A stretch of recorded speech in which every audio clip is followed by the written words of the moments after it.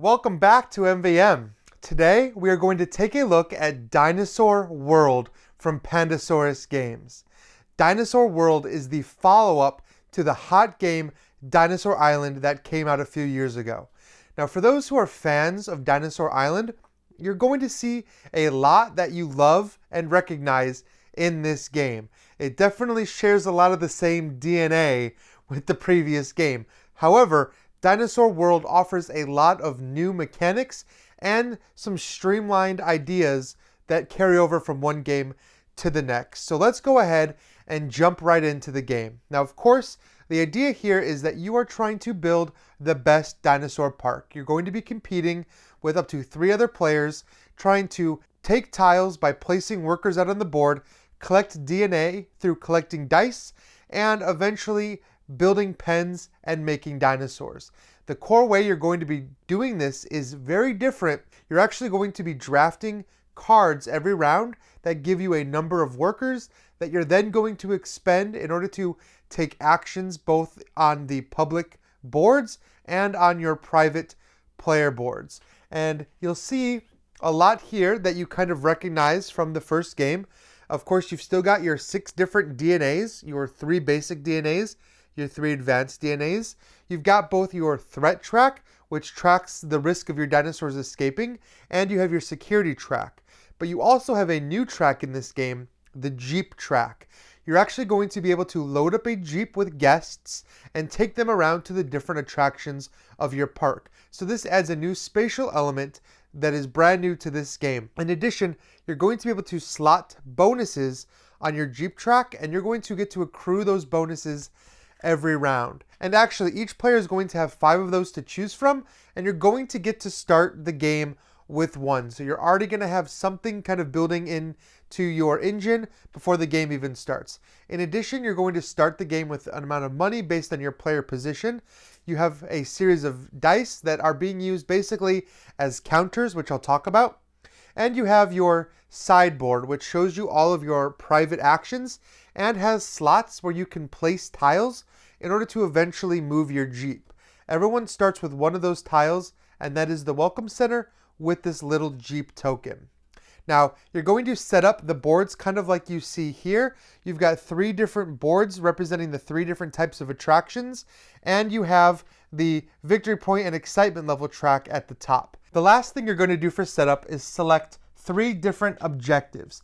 Each one of these is going to come from an A, a B, or a C, and you're going to choose one of each, and these are going to be just basically extra points that you can score over the course of the game if you reach whatever is mandated. The first person to score is going to get a little more, and so on and so forth. 3 people could potentially score these over the course of the game. Now, these special buildings, attractions, and dinosaur enclosures are all going to be basically purchased and then brought down here and placed into your park following a few different placement rules, like 2 pens can never be next to each other. These special buildings are actually going to be layered by letter, so you're going to kind of build this deck out before you start the game. However, you're actually going to start with a draft. You're going to choose 4 pens and 4 special buildings, 1 for each player that's at the table. In turn order, you're going to draft these. On your first pick, you're going to choose one or the other, either a pen or a special building, and place it into your park. It's going to snake around, and then when it gets back to you, you're going to have to choose the opposite. So if you're first player and you take, a building, you're going to be left with whichever pen is the last one. And there are some synergies across these different tiles. Of course, each pen is going to house a different type of dinosaur.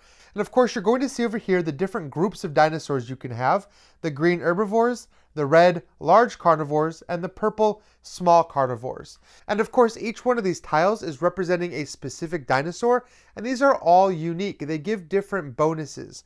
Whenever you take a tile, like I said, you just slot it into your park. So at the start of the game, you're actually going to have 3 tiles already ready to go. Where you place these tiles is actually very important, because when you're moving your Jeep around, you're only going to get to move a number of spaces equal to your Jeep track. That's something else you have to pay attention to when placing these, and I'll talk about that when I talk about the Jeep phase. This game is actually broken down into several phases, playing through all of these phases with each player taking the phase in turn order until you reach the end of the round. And you're going to do that for 5 different rounds. And in between each one of those rounds, you're going to score your excitement level. Now, unlike Dinosaur Island, excitement does not straight up give you victory points. In fact, it actually just gives you money that can kind of help build into your engine over the course of the game. Excitement is also now kind of a currency. Some tiles are going to require you to spend excitement in order to use those tiles. But let's talk about each thing as it happens. The first thing you're going to do every round is the worker phase. You've got a set of worker database cards, and each one of these has 9 workers in a variety of different colors. Now, each colored meeple represents a different specialty that kind of ties into the color of your spaces on the board. You have your yellow meeples, which are the security guards. You have your purple mechanics, which are good with the Jeep. You have your blue scientists, which are good at going out and getting DNA. And then you have your green, basically bankers, that are really good at collecting money. And of course, you have white meeples that are kind of generic. Now, the reason this matters is because every worker placement spot can get better when you use a specific worker. Of course, once you're done drafting, you're going to reveal your card, and you're going to take whatever number of workers it shows there, whatever variety of worker, and place those in front of you. These are the workers that you have to spend this turn. Any workers that you don't spend are lost anyway, so you might as well try to make the best out of them. Now, once you're done drafting workers, you're going to move on to the public action part of the game. You're going to get to take one of these 4 public actions out here on the board. The main spot is to gather DNA. You're going to take a number of dice out of this bag based on the number of players. In a 4-player game, you're going to use 6. You're going to roll them, and you're going to place them out here on the board. This is showing you which DNA are available to be drafted this round. So each one of these has a different symbol that corresponds to one of the symbols on your player board, or you might have a wild symbol. Now, when you gather DNA, you can send up to 3 of your meeples to gather DNA. You can send up to 3 workers. This is something interesting about Dinosaur World. The more workers you spend, the more times you get the value of that dice. If you send 1 worker, you take the die and you do the effect once. I would gain 2 blue DNA here.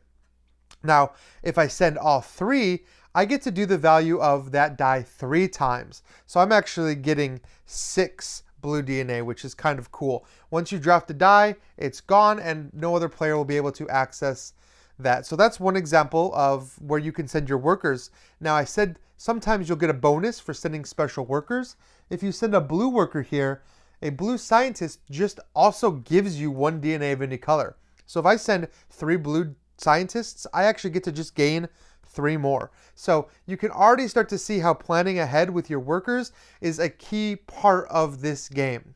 Now, the other action spots you can take all regard buying tiles, and each tile is going to have a special cost that is in the upper left-hand corner. The only exception are these attractions in the middle. You will not need a worker. You can simply pay the money and buy the attraction. There are enough of these attractions in each pile for each player to get 1. You can only ever have 1 of any particular tile, so you could potentially have all 4 of these. Now, each player is going to go around the table in turn order, potentially drafting tiles to add to their park and taking these DNA actions. You're going to do that until each person has passed. Once everyone has passed, you're going to move on to the next phase, which is your private actions. This is when you're going to come here and look at what you can do on your board. You can transform DNA by converting it with DNA refinement. You can just gain money, and you can increase your security level and increase your Jeep distance. Now, I mentioned at the start of the game, you're going to get 1 token that slots in there to gain a bonus. As you increase your Jeep's speed, you're going to be able to choose more of these tokens and slot them on the side of your board as well. Now, every round, I'm going to get every single bonus that I have there.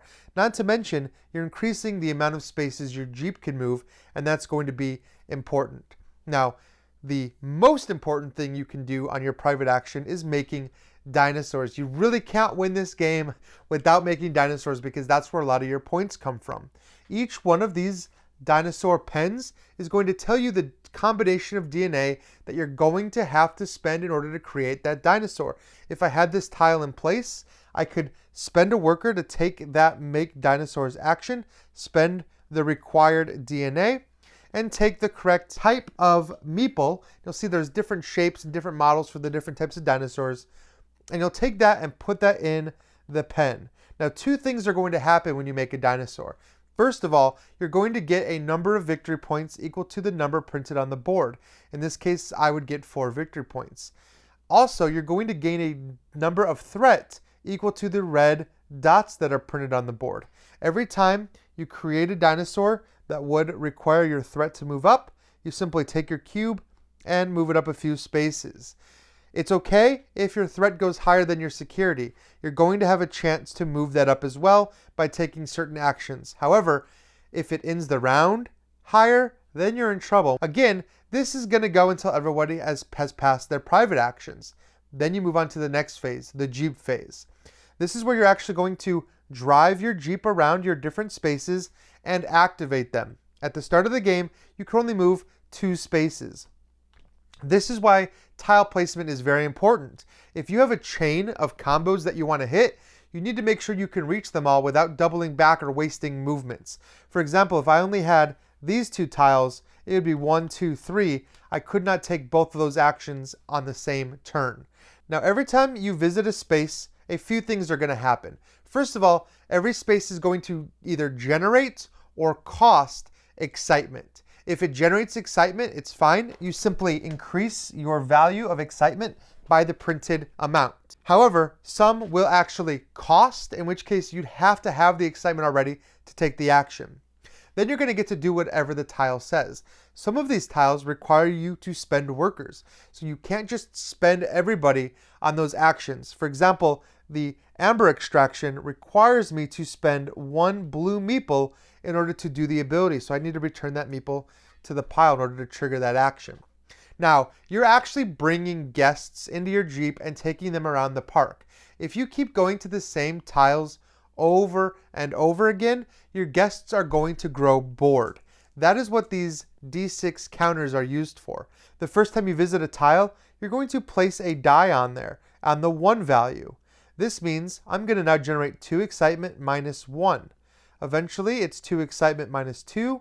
Now, it's 2 excitement minus 3. Negative excitement means I actually have to spend excitement to even go there. So I better go to a tile like this dinosaur pen that actually generates excitement for me before I can go back to the amber extraction. Now, this is to stop you from simply creating a triangle of great tiles and just moving across those 3 over the course of the entire game. You have to constantly be evolving your strategy and adding new tiles into your park so that your guests don't get bored.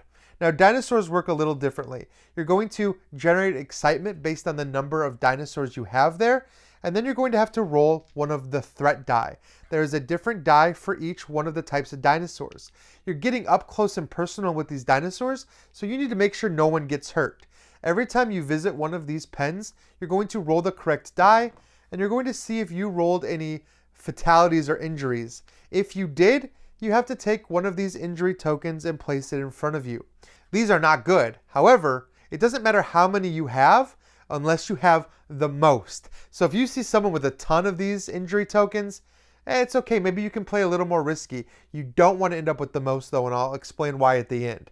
Now, those are kind of the different types of buildings that you can go to.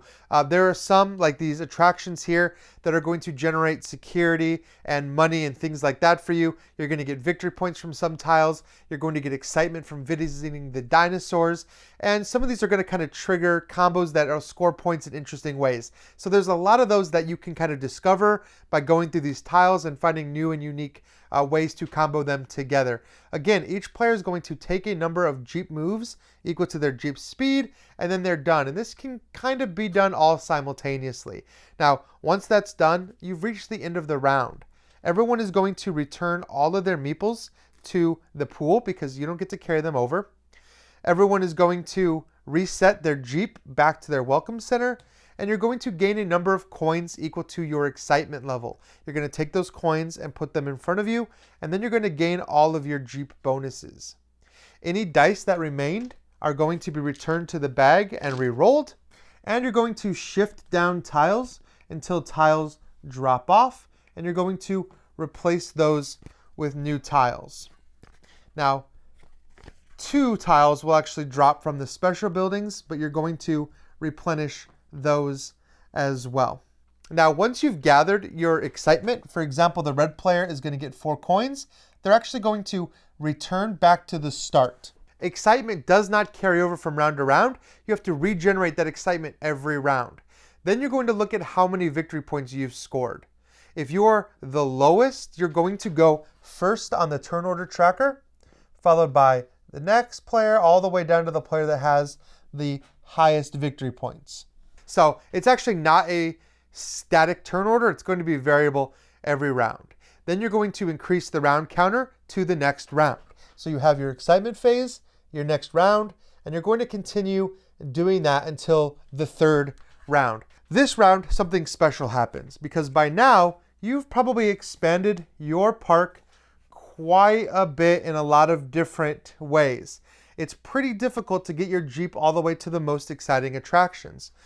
During the 3rd round, at the end of it, you can actually flip your welcome center over to the park entrance tile and place it anywhere you want, anywhere that it can legally touch. Now you've moved your entrance, you're going to get to some of your exciting attractions a little quicker now. Now the game is going to end after the 5th round. You're still going to score at the end of the 5th round. Like normal, you're going to get your money for your excitement level, and you're going to be able to cash in that money for victory points. There isn't a lot of in-game scoring, so wherever you end at the end of the game is how many points you've scored, with one exception. You're then going to look at those fatality tokens I talked about earlier. Whoever has the most is going to be in a little bit of trouble. Basically, each player is going to discard these tokens one at a time until only one player is left with tokens. So if I end the game with 7 and you end with 5, we're each going to discard 5 tokens. I will be left with 2.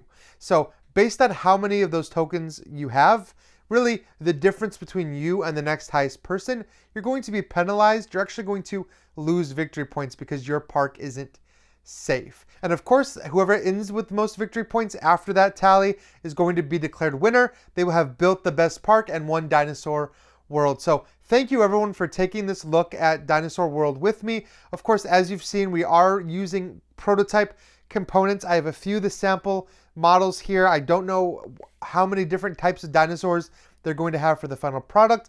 I also don't know all the kinds of tiles and stretch goals and expansions and who knows what else that might be present in the Kickstarter campaign. So take a look at that page, come back here, ask me any questions, let me know what aspect of this game you're most excited about, and if you think you're going to like this better than Dinosaur Island. And as always, thank you for watching, liking, and subscribing to our content, and I will see you next time.